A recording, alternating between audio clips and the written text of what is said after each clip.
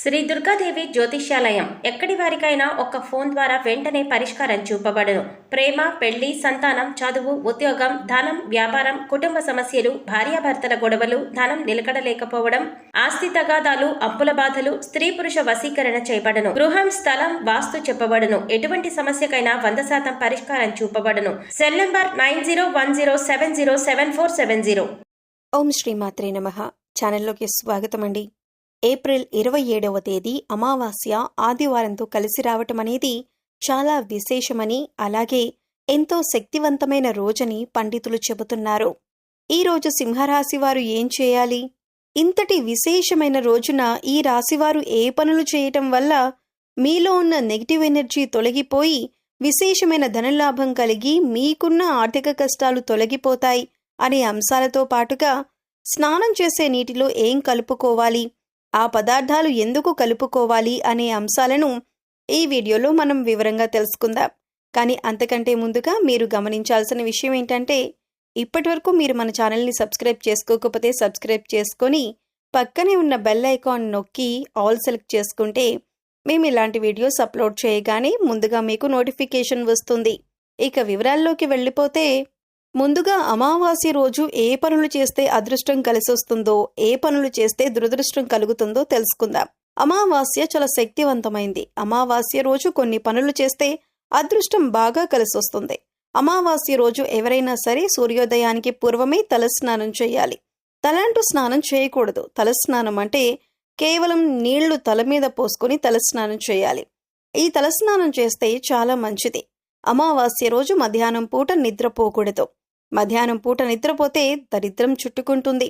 ఈరోజు విశేషంగా లక్ష్మీ పూజ చెయ్యాలి. అమావాస్య రోజు చేసే లక్ష్మీ పూజను ఐశ్వర్య లక్ష్మీ పూజ అంటారు. ఈ పూజ చేయటం వల్ల ఆర్థిక సమస్యలన్నీ తొలగిపోతాయి. అమావాస్య సందర్భంగా అన్నదానం చేసినా, వస్త్రదానం చేసినా విశేషమైన శుభ ఫలితాలు కలుగుతాయి. అలాగే అమావాస్య సందర్భంగా ఎవరైనా సరే ఎడమ కాలికి నల్లదారం కట్టుకుంటే చాలా మంచిదే.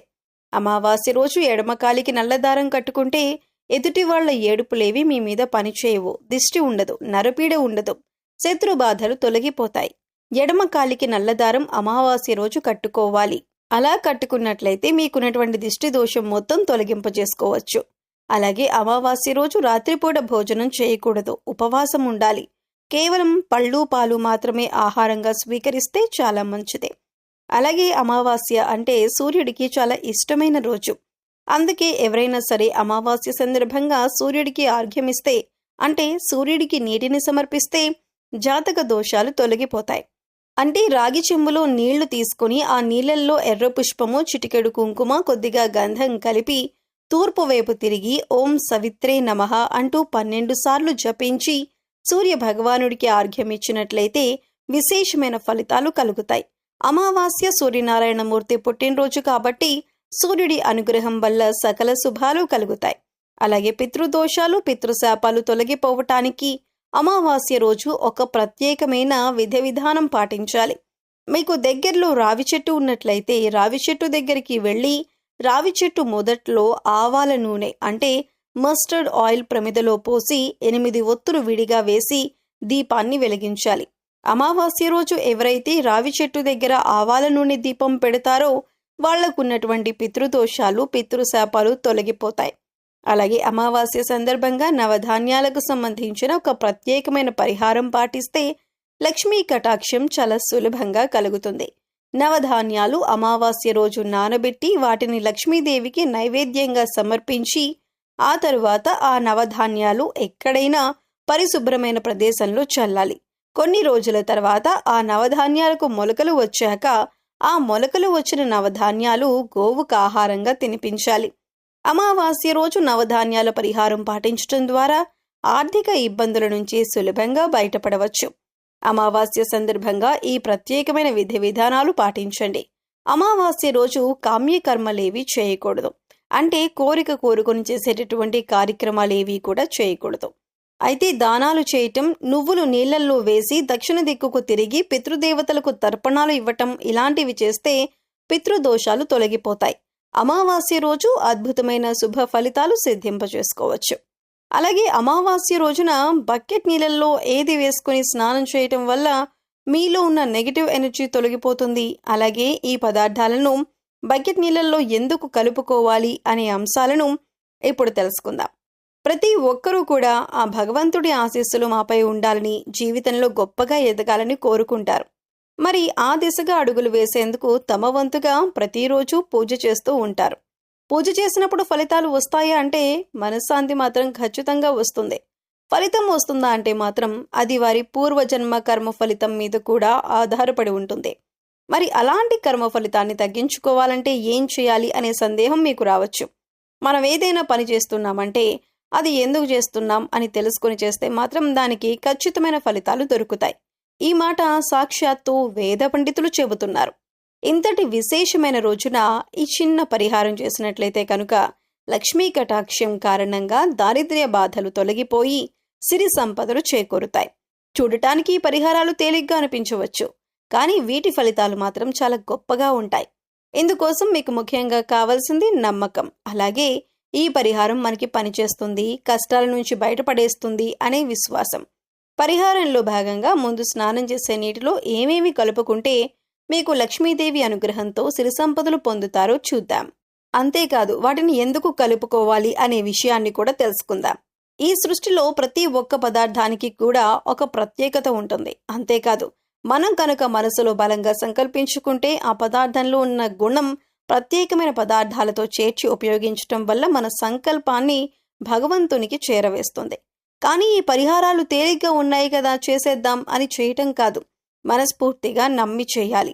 అప్పుడే మీకు సత్ఫలితాలు వస్తాయి.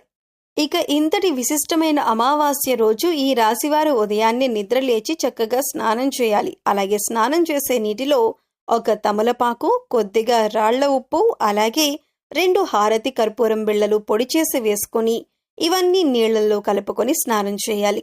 ఈ నీళ్లతో పిల్లలు ఇంకా పెద్దవాళ్లు కూడా స్నానం చేయవచ్చు. తమలపాకులు అంటే శుభసూచకం, అలాగే భగవంతుడికి ఎంతో ఇష్టం. అంతేకాకుండా ఈ పదార్థాలన్నీ కూడా మీలో పాజిటివ్ ఎనర్జీని పెంచుతాయి, మీ చుట్టూ ఉన్న నెగిటివ్ ఎనర్జీని తీసేస్తాయి. ఈ పదార్థాలను నీళ్లలో కలిపి స్నానం చేయటం వల్ల భగవంతుని అనుగ్రహాన్ని పొందుతారు. బకెట్ నీళ్లలో ఒక తమలపాకును వేసి అరగంట తర్వాత స్నానం చేస్తే శరీరానికి మరింత స్వచ్ఛత లభిస్తుంది. ఒంట్లో ఉండే నెగిటివ్ ఎనర్జీ అంతా తొలగిపోతుంది. ఇక తమలపాకు అందుబాటులో లేని వారు చిటికెడు పసుపును స్నానం చేసే బకెట్ నీళ్లలో వేసుకోవచ్చండి. ఎందుకంటే పసుపు అనేది శుభసూచకం. ప్రతి ఒక్క శుభ కార్యక్రమానికి ముందుగా మనం గణపతిని పసుపుతో తయారు చేస్తాం అన్న విషయాన్ని గమనించాలి. ఇక ఇటువంటి పసుపుని చిటికెడు నీళ్లలో కలుపుకోవటం వల్ల మనలో పాజిటివ్ ఎనర్జీ పెరుగుతుంది. అంతేకాదు మనసుకు కూడా పవిత్రత చేకూరుతుంది. ఇక రెండవ పదార్థం మన నీళ్లలో కలిపింది రాళ్లుప్పు. ఈ రాళ్లుప్పు నీళ్లలో కలపటం వల్ల మనలో ఉన్నటువంటి నకారాత్మక శక్తి అనేది తొలగిపోతుంది, అంటే నెగటివ్ ఎనర్జీ.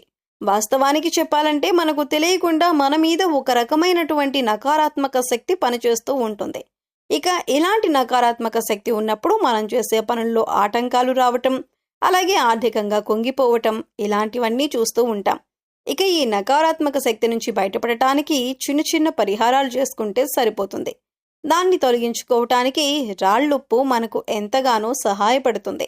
ఇక మూడవ పదార్థం మనం నీళ్లలో కలిపింది కర్పూరం బిళ్ళలు. ఇలా 2 కర్పూరం బిళ్ళలు పొడి చేసి నీళ్లలో కలపటం వల్ల మనలో దైవభావం పెరుగుతుంది. దీని నుంచి వచ్చే సువాసన మనలో ఉన్న చెడు ఆలోచనలను తొలగించి ఆధ్యాత్మికం వైపు మనల్ని నడిపిస్తుంది. సో చూశారు కదండి, ఏప్రిల్ 27వ తేదీ ఆదివారం అమావాస్యతో కలిసి వచ్చిన రోజున ఈ రాశివారు ఏ చిన్న పరిహారం చేయటం వల్ల వారి జీవితంలో ఉండే కష్టాలు నష్టాలు అన్నీ తొలగిపోతాయి అనే అంశాలతో పాటుగా అమావాస్య రోజు స్నానం చేసే బకెట్ నీటిలో ఏది కలుపుకొని స్నానం చేయటం వల్ల నెగిటివ్ ఎనర్జీ తొలగిపోయి ఆర్థికంగా అభివృద్ధి చెందుతారు అనే అంశాలను ఈ వీడియోలో మనం వివరంగా తెలుసుకున్నాం కదా. ఈ వీడియో నచ్చినట్లయితే ఖచ్చితంగా ఒక లైక్ చేయండి. అలాగే మీ ఫ్రెండ్స్ అండ్ ఫ్యామిలీ మెంబర్స్లో ఎవరైనా సింహరాశి వారు ఉన్నట్లయితే వారితో ఈ వీడియోని షేర్ చేసుకోవటం మాత్రం మర్చిపోకండి. అలాగే ఇప్పటి వరకు మన ఛానల్ని సబ్స్క్రైబ్ చేసుకోకపోతే సబ్స్క్రైబ్ చేసుకొని పక్కనే ఉన్న బెల్ ఐకాన్ నొక్కి ఆల్ సెలెక్ట్ చేసుకుంటే ఇలాంటి వీడియోస్ అప్లోడ్ చేయగానే ముందుగా మీకు నోటిఫికేషన్ వస్తుంది. మరో చక్కటి వీడియోతో మళ్ళీ కలుసుకుందామండి.